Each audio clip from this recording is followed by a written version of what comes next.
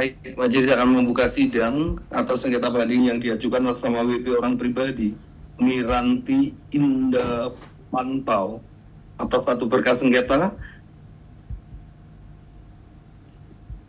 adalah surat nomor S14 garing KPP titik 1606 garing PA PAC 3 garing 2024 dan di sidang dibuka dan terbuka untuk umum. Klarifikasi yang hadir dari pihak terbanding, banding gugatan ini. Gugatan ya, baik. Tergugat, silakan yang hadir siapa ini? Baik, yang mulia, terima kasih dari tergugat dari Direktorat Keberatan dan Banding diwakili oleh Ari Widodo Herlambang, Rektor Kumaha dan Dianto Utama ini. Baik. Penggugat siapa yang hadir? Saya Fungsiawan yang mulia. Oke, Anda dapat kuasa dari siapa, Pak? Dari Ibu Miranti yang mulia. Sebentar, Pak, teman-teman cek surat kuasanya udah ada.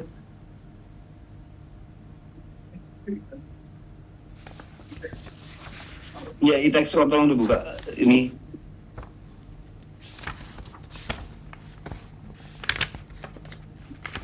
Surat gugatan siapa yang tanda tangan?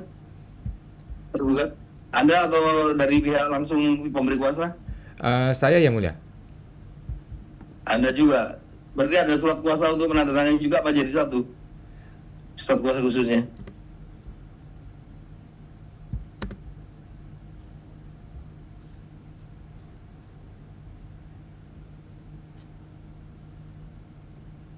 Coba naik Pak Panitra.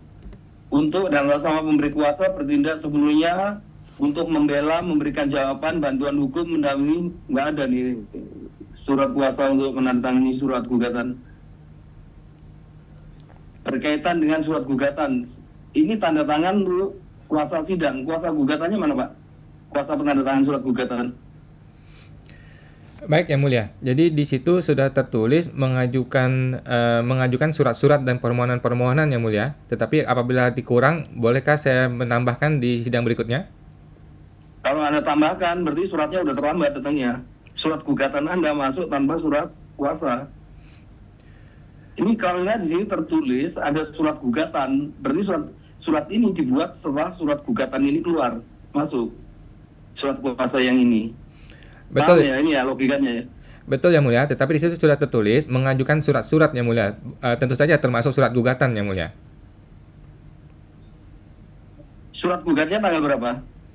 12 Februari. Oke lah, beri argumentasi dulu ya. Legal standing Anda memenuhi nggak? Izin kuasa hukumnya ada nggak? Izin kuasa hukum yang mulia, sebentar yang mulia.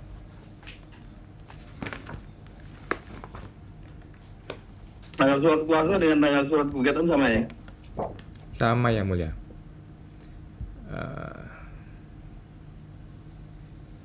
Sebentar yang mulia. Baik, masih berlaku ya Pak? Masih yang mulia.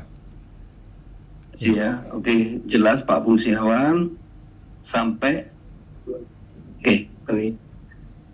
Jadi itu ya jadi yang jadi masalah masih jadi dipertanyakan tidak ada surat kuasa untuk membuat surat gugatan dan gugatannya ditandatangani oleh Anda. Tapi menurut Anda sebenarnya ini tercover juga di dalam surat kuasa sekaligus sebagai kuasa hukum yang beracara di sidang gugatan ini. Walaupun sebenarnya ini majelis perlu pastikan memberikan kunci masuk ke dalam persidangannya. Tergugat ada tanggapan? Izin, kami juga akan melakukan penelitian terkait dengan surat kuasa ini. Kenapa? Kami juga akan melakukan penelitian terkait dengan surat kuasa ini yang mulia. Baik. Karena ini sidang dimulai yang pertama, seperti biasa, majelis harus membacakan dulu penetapan Ketua Pengadilan Pajak yang menunjuk Majelis 13A sebagai majelis yang memeriksa dan memutus gugatan yang diajukan oleh penggugat yang akan dibacakan oleh Panitera. Silakan Pak Panitera. Terima kasih majelis. Penetapan Ketua Pengadilan Pajak nomor PEN 542-PP-BR-2024 demi keadilan berdasarkan ketuhanan yang Maha Esa.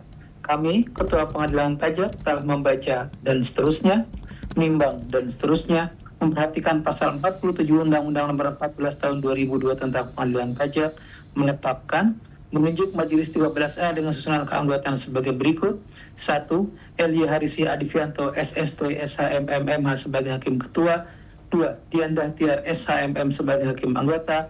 3. Dr. Budi Nugroho, SE, SHM Hum sebagai Hakim Anggota, dibantu Ahmad Hidayat sebagai panitera pengganti untuk memeriksa dan memutus sengketa pajak sebagaimana dimaksud dalam lampiran atas nama Miranti Indah Pantau, jenis pajak gugatan pajak tahun pajak 2021 dengan tempat sidang di Jakarta dan dilaksanakan secara online.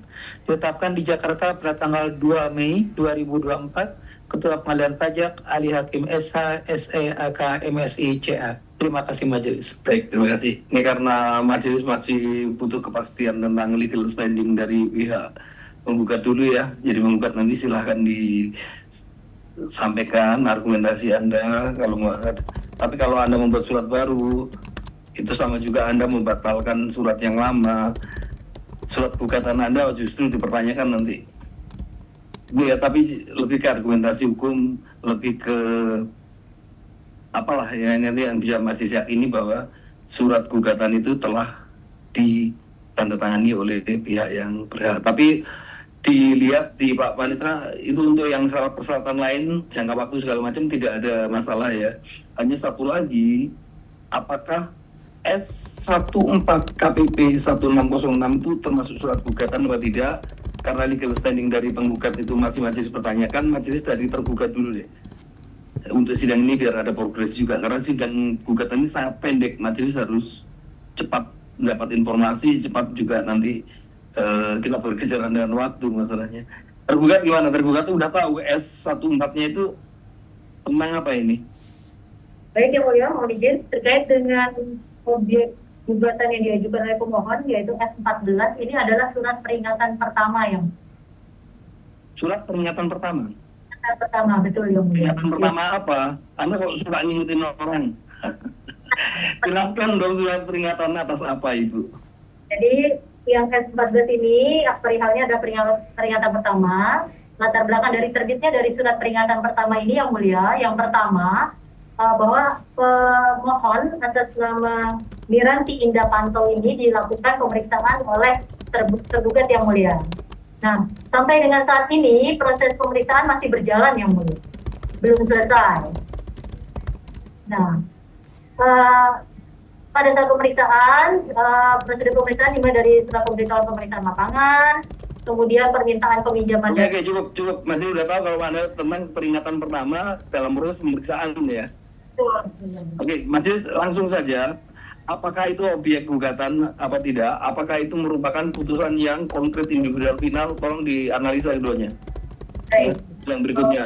Jadi majelis kalau gugatan ini cepat dan cepat selesai, cepat beres gitu loh. Karena ini kan bukan masalah pembuktian seperti banding. Bapak ada teman? Oke, nanti sidang berikutnya tanggal 13 Juni. Bisa nggak 2 minggu aja Pak Panitera? Gugatan kok tundanya panjang-panjang sekali. 6 Juni ya?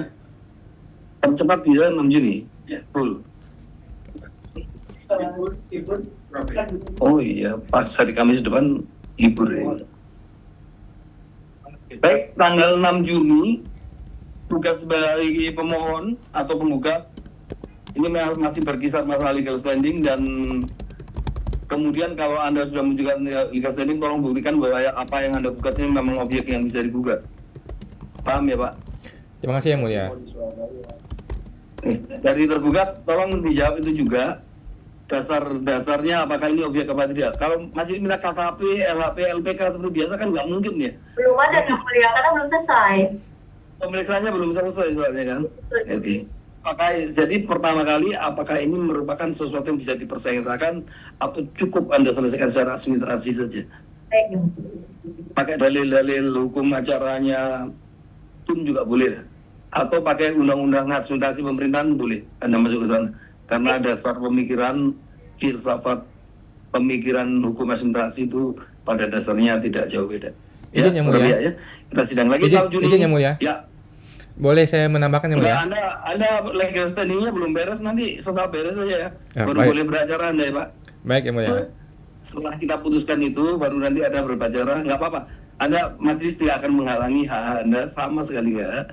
Makasih, Tapi Yang tolong itu ini dulu diberikan ini biar majelis juga enak juga. Kalau enggak nanti tergugatnya yang protes. Baik Yang Mulia, terima kasih Yang Mulia. Tergugat baru akan mempelajari juga. Moga-moga nggak ada masalah mengenai ini karena kebenaran formal itu jangan sampai menghalangi atau menghambat timbulnya kebenaran yang sifatnya substansi. Itulah ya. Terima kasih, Yang Sampai Mulia. Bapak. Kita sidang lagi 6 Juni 2024 dan sidang hari ini ditutup. Terima kasih Yang Mulia.